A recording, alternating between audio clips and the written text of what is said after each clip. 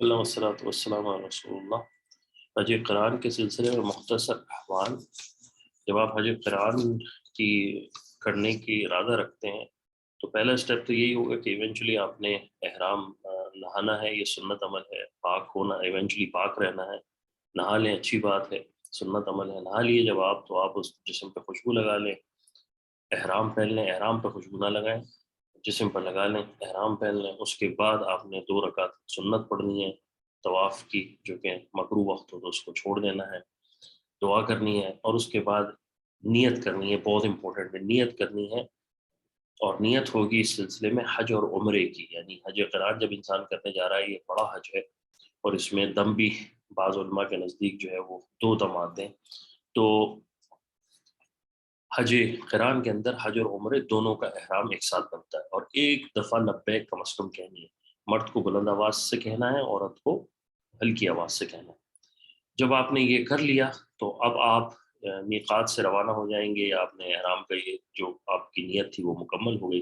अब next phase जो है हज क़िरान के अंदर हज की, उम्रे की लाज़िमत है। अब आप, क्योंकि एहराम की कंडीशन में तो सारी एहराम की कंडीशन अप्लाई हो रही है। अब आपने पहला काम ये करना है कि आपने अब तवाफ़ करना है, जैसे उम्रा करते हैं हम। तवाफ़ करना है, 2 रकात मकाम इब्राहिम के पीछे नमाज पढ़नी है, उसके बाद सही करनी है। अब सही करने के बाद आपको सारी की सारी एहराम की कंडीशंस ख़त्म नहीं होंगी, आपको एहराम में ही रहना है और ये सारी की सारी एहराम की कंडीशन कंटिन्यू रहेंगी नेक्स्ट, यानी 10 तारीख तक। तो ये याद रखिए। तो आपने इसी एहराम की कंडीशन में रहना है। अब यहाँ पर आपके पास 2 ऑप्शन आते हैं, या तो आप सीधे सीधे इसी एहराम में मिना चले जाएं, या फिर आप एक ऑप्शनल तवाफ कर लें, तवाफ कुदूम। और अगर आप तवाफ कुदूम कर लेते हैं तो हज की सही, जो कि बाद में होनी है हज के, वो पहले कर सकते हैं। एक और बात याद रखें कि अहले इल्म के नज़दीक हज क़िरान के अंदर इख्तलाफ है सही का, लेकिन उलमाए अहनाफ यानी हनफी स्कूल ऑफ थॉट में, जो उलमा ने कुरान और हदीस की रोशनी और सहाबा की ज़िंदगी की रोशनी में जो मसला निकाला है, वो यही है कि क़िरान के अंदर भी 2 सही हैं, तो 2 सही ही कीजिए। अब आपने तवाफ़, लेकिन अगर कोई दूसरे उलमा को फॉलो करते हैं तो वो उनको फॉलो कर सकते हैं, ला मौला। अब तवाफ़ कुदूम अगर आपने कर लिया तो आप हज की सही पहले कर सकते हैं, वरना जैसे मैंने कहा कि आप एहराम की कंडीशन, जब आपने उम्रा ख़त्म कर लिया था तो आप एहराम की कंडीशन में रहते हुए मिना चले जाएं। मिना जब आप जाएंगे तो आपने वहाँ पर 5 नमाज़ पढ़नी है। ये नमाज़ सुन्नत अमल है, किसी की छूट जाए तो कोई दम नहीं है। और आप मुसाफिर 2 पढ़ेगा, मुकीम 4 पढ़ेगा। इसके बाद आप दूसरे दिन अरफा रवाना हो जाएंगे। अरफा के अंदर ज़ोहर से लेकर मगरिब तक का टाइम जो है असल वक्त है। इसमें आपने नमाजें पढ़नी है, ज़ोहर की और असर की।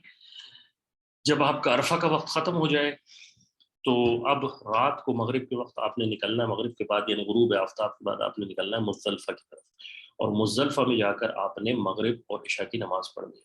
मुज़दलिफ़ा पहुँचकर नया वज़ू करना सुन्नत है। अब आपने रसूलुल्लाह सल्लल्लाहु अलैहि वसल्लम जब मुज़दलिफ़ा पहुँचे तो आपने नया वज़ू किया था।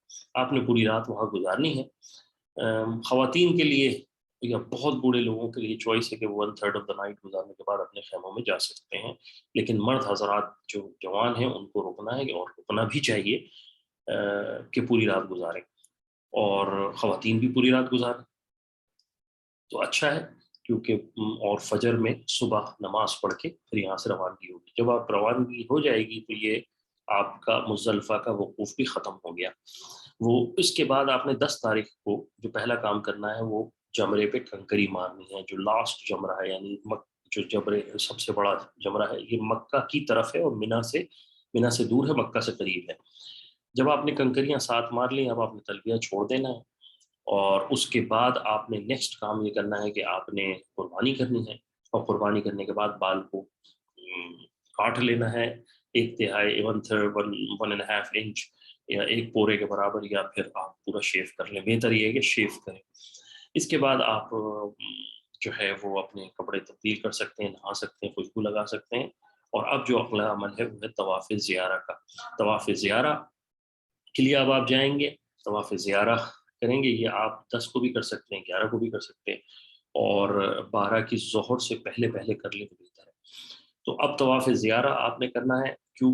تو طواف زیارہ کریں گے، پھر 2 رکعت نماز پڑھیں گے، اور اب اگر صحیح آپ نے پہلے نہیں کیا تو اب آپ نے صحیح کرنی ہے، یعنی طواف قدوم کے ساتھ جو آپشن تھا اگر کسی نے پہلے سے کر لیا تو اس میں ضرورت نہیں ہے، لیکن اگر کسی نے نہیں کی تھی، وہ ڈائریکٹ احرام میں رہتے ہوئے مینا آ گیا تھا، تو اب اس نے سعی کرنی ہے طواف زیارہ کے ساتھ۔ جیسے ہی آپ طواف زیارہ سعی کے ساتھ مکمل کر لیتے ہیں، اب آپ کے پاس ساری کی ساری کنڈیشن ختم ہو گئی، جو تعلقات میاں بیوی والے تعلقات منقطع تھے اب وہ بھی بحال ہو گئے۔ اب آپ حج بیسکلی حج کی کنڈیشن سے باہر ہے۔